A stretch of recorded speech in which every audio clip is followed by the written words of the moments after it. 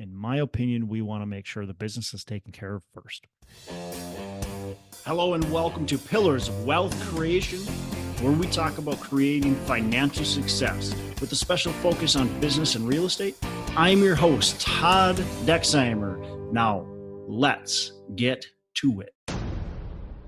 Hello and welcome back to Pillars of Wealth Creation. I'm your host, Todd Dexheimer, and excited to talk to you a little bit about just cash reserves and what you're doing there, and super important topic. So hope you're doing well. Thanks for joining me.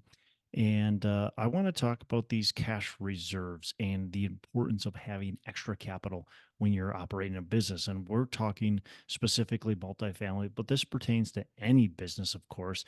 And one of the things that I've talked to a lot of people, and one of my investors uh, consults startup companies and raises money for them and invests in those companies. And one of the things that he talks about is these startup companies that the owners are giving themselves a big salary to start with. They don't have capital coming in, um, or income coming in. They're raising the capital and they're giving themselves big salaries. They're paying themselves first. And I've heard it before from people, pay yourself first. I actually disagree with that. I think you need to pay yourself last. I I think there's even a book called Pay Yourself First. There's a whole talk about paying yourself first. In my opinion, we want to make sure the business is taken care of first. Okay. So certainly, do you have to survive? Yeah, but you got to be careful with starting a business with needing a ton of income coming in. So, when my wife and when I started my business, my wife was still working and we utilized her income to pay for our living expenses. We didn't utilize mine. Quite frankly, when I first started, I was working full time with my job as a teacher. And so I'm making, not a lot, but I'm making money and she's making money. And combined, we made plenty of money to continue and invest. And then finally, my income exceeded my real estate income, my business income exceeded my teaching income, which of course doesn't take too long when you're a teacher and making, $30,000 a year. But that allowed us then, um, allowed me to quit. And we looked at my wife's income and said, well, we can, essentially live off of that and maybe feed ourselves a little bit of income from the business, but we didn't need to take everything, So if the business is making, $100,000 a year and you got to take all $100,000, that doesn't do you any good. You can't grow that way. And we were able to take almost everything, pretty much everything, other than, maybe some years we would take 5 to 10 grand out of the business, but we were taking essentially everything and reinvesting that and continuing to grow the business and continue to cushion our reserves. And so we were able to, make it through any kind of challenges that came along the way. And luckily, we didn't have too many massive challenges as we were starting, but there was plenty of times where things went wrong with our rental properties, and we had a 5, 10, $15,000 bill that had to be covered, but there was plenty of reserves for that because we weren't spending our money foolishly. We weren't taking it for living expenses. We were being cautious with it. And now, fast forward, and just the lessons I've learned through that, through looking, seeing what other people have done and seeing what we've done, um, we now try to make sure we're raising excess cash. I would rather have excess cash sitting in, high interest account if we can get into, right now, so quite frankly, bank accounts you can get 5% interest. So we're putting in, bank accounts, we're putting in, treasuries, whatever, that it's fairly accessible, right, but liquid, but it is making some sort of interest, right? And so that's what we want to make sure we have, is this extra big lump of money, because if I've got that sitting there, now I've got this cushion that's protecting me. I can take that money and, we're using investor capital. We can take and return that to investors if we feel like we've got too much of a cushion or things are going well and when we have a big cushion, we can return some of that to the investors and give them some of their capital back. And now they have, of course, less invested in the property. They're still getting the same returns based on their original investment, but they have less of their capital invested. That's a better, in my opinion, a better way than to be running out of money, pinching pennies, maybe asking investors for more capital or for just trying to get by and clenching to get through to the next level, right? Or get through the construction, whatever it might be. So when I think about a flip, back when I was flipping, I looked at how did we have extra cash? And when I first started doing flips, I'm just budgeting and just saying, hey, this thing's going to cost me, $32,000.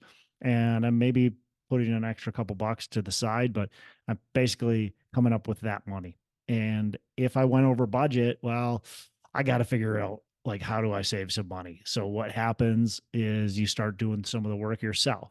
You start ordering cheaper materials. Oh, we were going to put granite in there. We're going to have to do laminate countertops. We were going to tile that backsplash. No longer are we going to do that. And this happens with apartments all the time too, right? And so instead of doing that, okay, the budget's 32,000. Let's look at it and go, okay, well, look, it's a fairly light renovation. We don't have a bunch of major work to do, no structural work. The building's not super old. Okay, we're gonna put another, 15% to the side. If this is a bigger renovation, maybe it's $100,000 renovation, and we have some structural things that we're doing to the building. And maybe it's built in 1908, okay, things like that. Well, then we probably want to put 25, maybe 30% to the side, above our original budget so we can have that cushion there just in case things go wrong. And I do the same thing with the apartments. And, it's a perfect example. I had an apartment that I bought back in I think it was 2016, 2017. When we closed on it, we knew the roofs were older, so we did certainly set some money aside for those roofs. But we were told by experts, quote unquote experts, that went up on the roof and looked at it. We were told those roofs have 5+ years left. So thinking, okay, well, this is a 5-year hold, so likely we won't have to replace any roofs, but we're gonna put some money to the side just in case we have to replace a couple of them along the way. Maybe we'll have to replace. I think I put away enough money for about half, maybe it was even 3/4 of the roofs. Well, guess what? Like day one, we closed. The seller had kind of, maybe hidden a little bit of the damage on the roof, and right away it was raining, and we find out we've got roof leaks. And my roofer goes up there because I was like, I can't trust these other guys that gave me the, said 5 years or more. So my roofer went up there, new roofer. I shouldn't say my roofer, a new roofer that I had met, um, and they figured out that, hey, look, you just have to replace all these roofs. And I'm like, well, I can't, I gotta. He's like, there's no possible way. You have to replace them all. You can't keep going with these roofs. And I think between the time that we bought the property and by the time he started, which was only like a month, we had leaks on like four of the maybe 8 roofs that we had. And so he ended up replacing all those roofs. And then shortly thereafter, we had some plumbing issues that happened to the property. And we had to replace some plumbing stacks. We had to replace some piping. We had a gas line burst. We had plumbing underground that burst. We had some units that flooded because of that. And we had some big capex that all came up really, really quickly. And the small amount of reserves that I set aside, it made it really difficult. And so our renovations ended up needing to be slowed down. We had to cheapskate on some of the renovations. We couldn't do some of the things we were planning on doing. And so things suffered with the property because we didn't have ample reserves. I didn't set aside, look, this was an older property.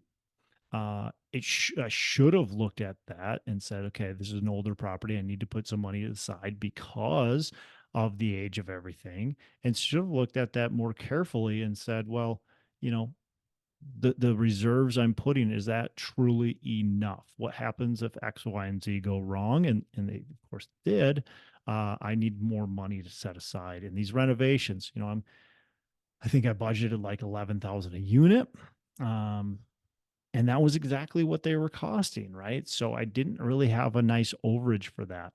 And so again, lesson learned there is I would rather have extra cash sitting around. If I had that mindset and if I would have budgeted what I should have budgeted, I would have had several $100,000 extra that were, sitting around in this high interest bearing account. And guess what? It, we could have used all of that money. We actually would have used all that money. That's not typical, but that's the point, is it's not typical. And if we're just going by what's typical, we're going to eventually, maybe not the first project, maybe not the second project, maybe not even the first 10 projects, but eventually we're going to get caught with our pants down. And when we get caught, then we have to figure out what to do.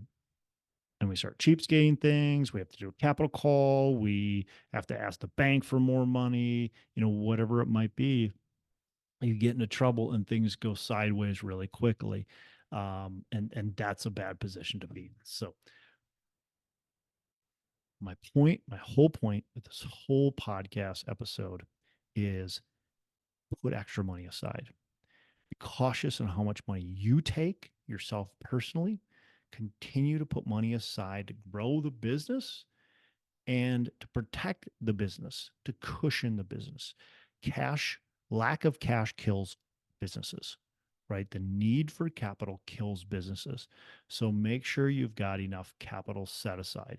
Looking at your project, understand your project, understand what can go wrong. If you're not an expert at construction, find somebody that's an expert at construction and ask them what can go wrong and figure that out so you can put ample money to the side. I know it makes the returns not look as good, but what makes the returns even worse is if you end up budgeting too little, crap happens, and all of a sudden you don't have money to fix things, to do things. Now, can you ever predict everything? Absolutely not. So I don't want you to hamstring yourself completely by way overdoing it. But I would rather be on that cautious side and say, hey, we're gonna put extra money to the side and we'll return that later if needed.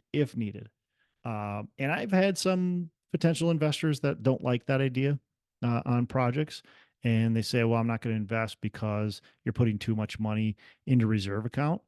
And my response to them is, that's fine, no problem. You're just going to have to find somebody else that's willing to put your money at risk more than I am. Because quite frankly, I've been caught before, and I've had where I think even sometimes is ample reserves, and I find out that it's not.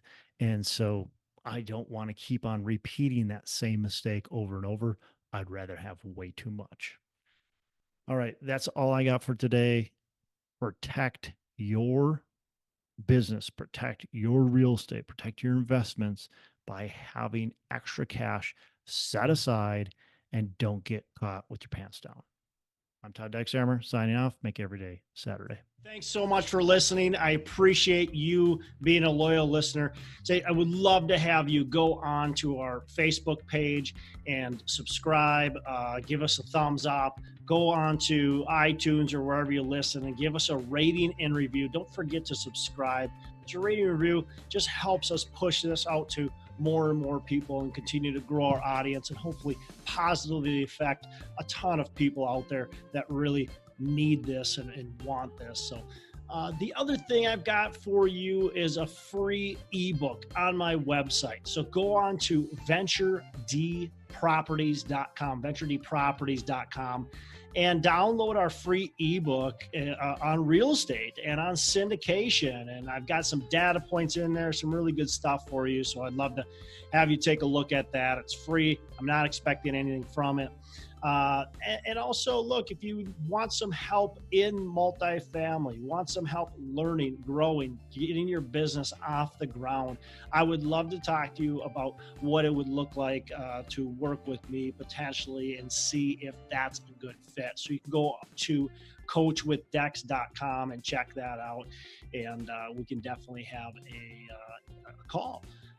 Thanks a lot for listening. You make it a fantastic rest of the day. I'll catch you on the next episode.